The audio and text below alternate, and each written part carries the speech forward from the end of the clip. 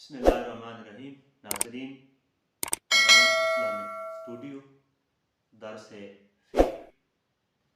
आज के इस दर्स में नमाज की एक शर्त, वक्त का बयान, इसके हवाले से चंद ज़रूरी मसाइल आपके गोशगुजार करूँगा। नमाज के लिए वक्त का होना शर्त है, और इसका मतलब यह है कि नमाज के लिए जो औकात मुकर्रर है, नमाज का उन्हीं महदूद औकात में अदा करना फ़र्ज़ है।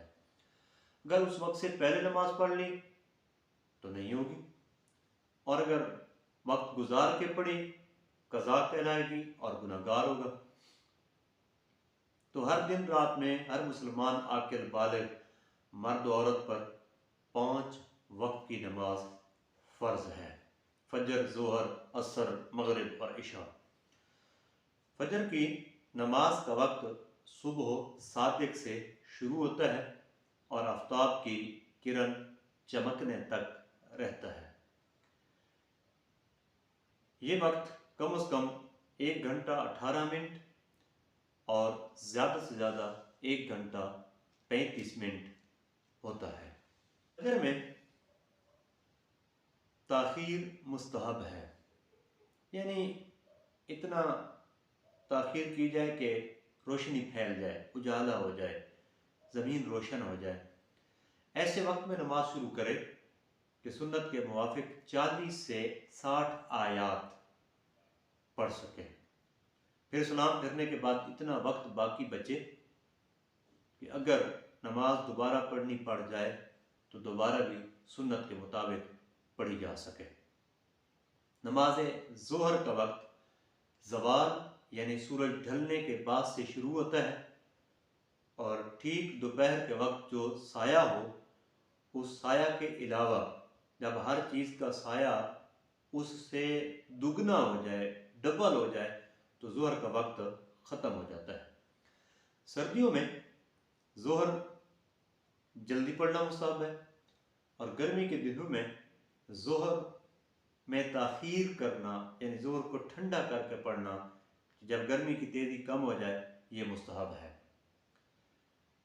असर का वक्त जब हर चीज़ का साया उसके असली साया के अलावा दुगना हो जाए तो ज़ोहर का वक्त ख़त्म हो जाता है और असर का वक्त शुरू हो जाता है, और ग़ुरूब आफ्ताब तक असर का वक्त रहता है।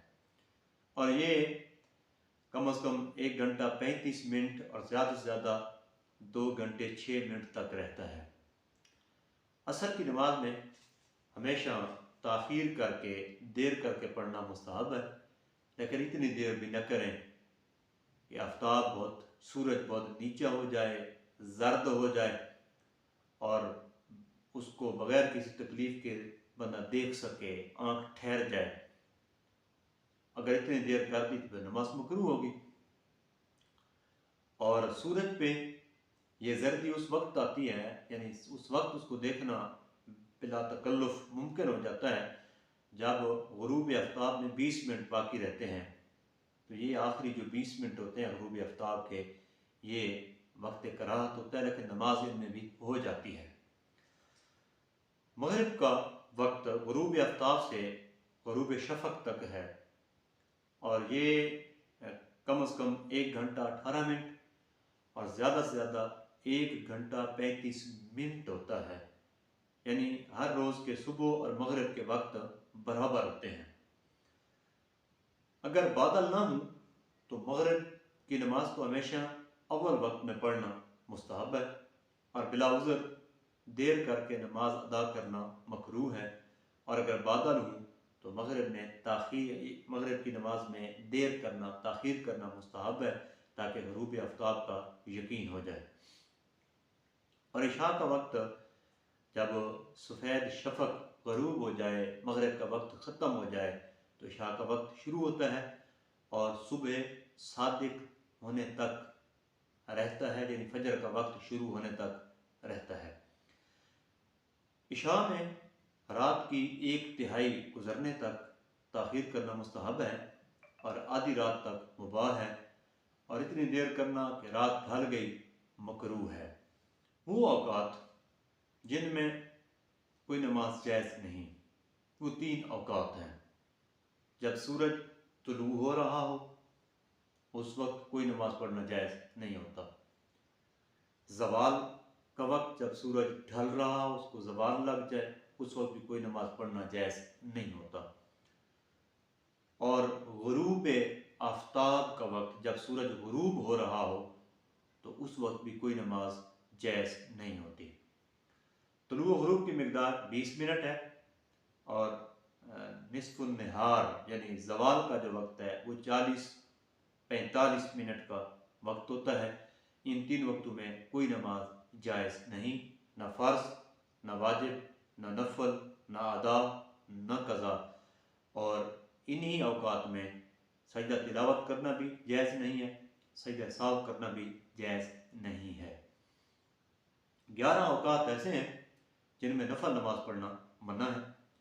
طلوع فجر سے طلوع آفتاب تک سوا 2 رکعت سنت فجر کے کوئی نفل نماز پڑھنا جائز نہیں ہے۔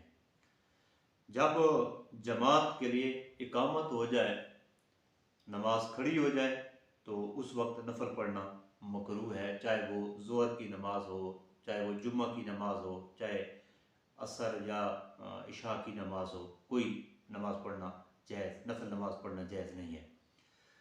عصر کی نماز کے بعد فرض ادا کر لینے کے بعد نفل نماز پڑھنا جائز نہیں ہے۔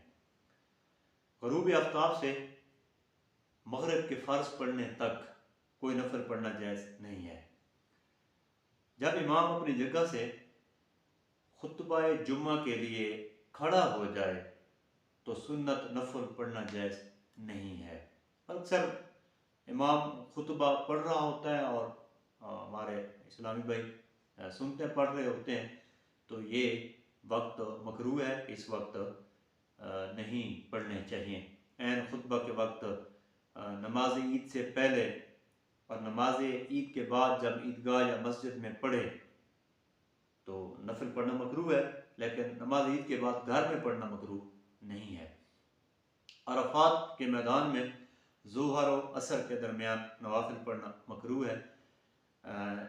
جب فرض نماز کا وقت تنگ ہو جائے تو ہر نماز، جہاں تک کہ فجر کی سنتیں اور ظہر کی سنتیں پڑھنا بھی مکروہ ہے۔